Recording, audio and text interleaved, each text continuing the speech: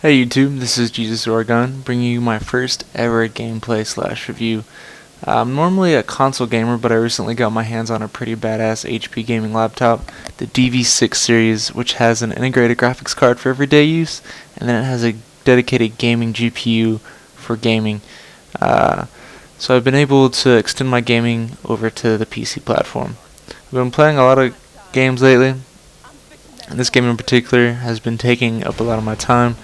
I picked Tomb Raider up about 4 or 5 days ago, and I've been playing it steadily ever since. There hasn't been a complete, let alone worthy, Tomb Raider title in some years, and I think that Square Enix hit the nail on its head with this adaptation of the storied franchise. Creating their own origin story that drastically branches away from its action-adventure predecessors, Square Enix has created a video game epic that is all its own. True, they borrow some gameplay mechanics from titles like Uncharted, but they do it with finesse and ease that most video gamers wouldn't even recognize. Whether you are rolling behind an object to avoid an enemy's fire, or leaning out from cover to pop off a few shots at the enemy, or even scaling an ancient temple's walls, you feel as if these things have never been done before in gaming. In the end, you will see the amazing transformation of Lara Croft from a scared young explorer to a hardened and battle-tested warrior. Her cries of pain and suffering slowly turn into battle cries and taunts that strike fear into the heart of her enemies. After a visual treat to open the game, you wash ashore on a hostile yet extraordinary and beautiful island, where centuries ago it was home to a kingdom called the Yamatai. Many shrines, temples, statues, and tombs give light to the culture and society of these people. You will also find yourself navigating through the shanty towns of the current inhabitants on the island. The above-mentioned structures appear appropriately weathered and damaged, which gives more realism to your environment. You will travel from the beaches of the island to its mountaintops in this amazing and submersive adventure. You soon run into a group of men that belong to a cult that calls this island home for an unknown reason, and knowing cults, they aren't too friendly. Luckily enough, Laura soon finds a bow to protect herself with. You'll also have a chance throughout the game to wield and upgrade a variety of weapons, including a handgun, shotgun, assault rifle, and you have the ability to upgrade your bow and arrows. There's a nice blend of stealth and moments of all-out firefights, which do a great job of immersing you into the fight. When you're spotted and your presence is known to your enemies, they will do anything in their power to flush you out from your cover, and they are smart about it. Many enemies will attack from a distance, and some will even throw Molotov cocktails and pipe bomb grenades, while others will rush you, swords and knives drawn and ready to attack.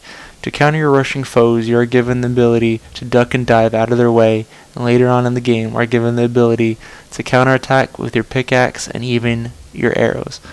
As you kill your enemies, they will yell out in pain and agony, and some will even crawl around with a skull pictured above their head. When this icon appears, it's your chance to execute a bloody finisher move with your pickaxe. All the while, your remaining enemies will yell and curse at you in the background. The cover system is excellent in this game and feels a lot like other third-person titles, i.e. Gears of War, Uncharted. You are able to dive and roll to cover where you will snap against it. You are then able to peek around corners or pop up over the cover to take quick and calculated shots. When you want to release from the cover, simply move in the direction you wish to go. Remember to constantly keep an eye out for salvage boxes and items throughout the island, and to pick the pockets of your fallen foes, as they will yield anything ranging from salvage and ammunition to weapons parts. You will need this salvage to upgrade your weapons later in the game. The game's controls are tight and responsive as you find yourself navigating around the island. Whether you are running through the forest on the ground or shimmying along ridges and climbing up rock walls, it is a good feeling to know that you are in complete control of Laura's movements. And one thing that I always worry about in third-person games is control during firefights and gun battles in general. Aiming is a bit stiff in this game, but tight, and there is a large and clear reticle that turns red when you roll over an enemy. There is also an aim assist that comes in handy and adds to the flow of the game instead of hampering it. Although the game is at its best when you are in full control of Laura, the game does at times take some of the control away from you in semi-interactive scripted events. These events do not take away from the game, and in some instances add to the spectacle of the moment and adds to the cinematic thrills of the game. And what I mean by that as there are parts in the game where you'll be walking on a house or on a roof, and the roof will cave in, and you'll fall, and she'll reach out to grab a ledge, and you'll have to push X repeatedly to keep hold onto that ledge, or you'll fall down and die. And most times, the X icon will appear over your head, and you'll be able to push it in time. It gives you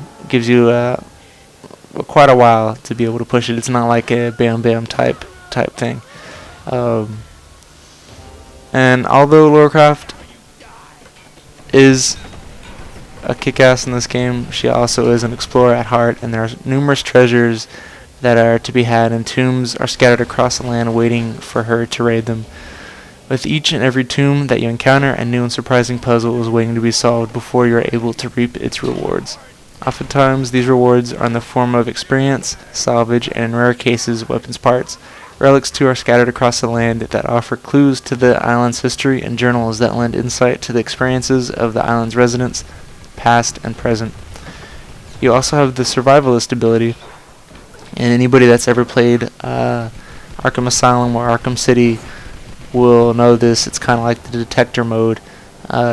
It'll light up current objectives and important and useful items for your assistance, and this adds to the sense that you're never truly lost in the game. You'll always know what to do, and you'll always know where to go. Apart from the excellent campaign, there is an enjoyable yet bland multiplayer component. There are 4 modes of competition that include Team Deathmatch, Free-for-all, and then there are 2 modes in which players compete to score points by completing basic tasks and objectives. There's not a lot besides these modes. There is a player progression and weapon progression system, but it's nothing like Call of Duty or even Gears of War. It's not in depth at all. There's really nothing besides those 4 game modes to play. It's still fun, don't get me wrong, but that's basically it. It's skin deep. There's nothing down below. Again, this is my first review. I hope y'all liked it. If you have any comments, leave them in the section below, and I'll leave y'all with some gameplay. So enjoy.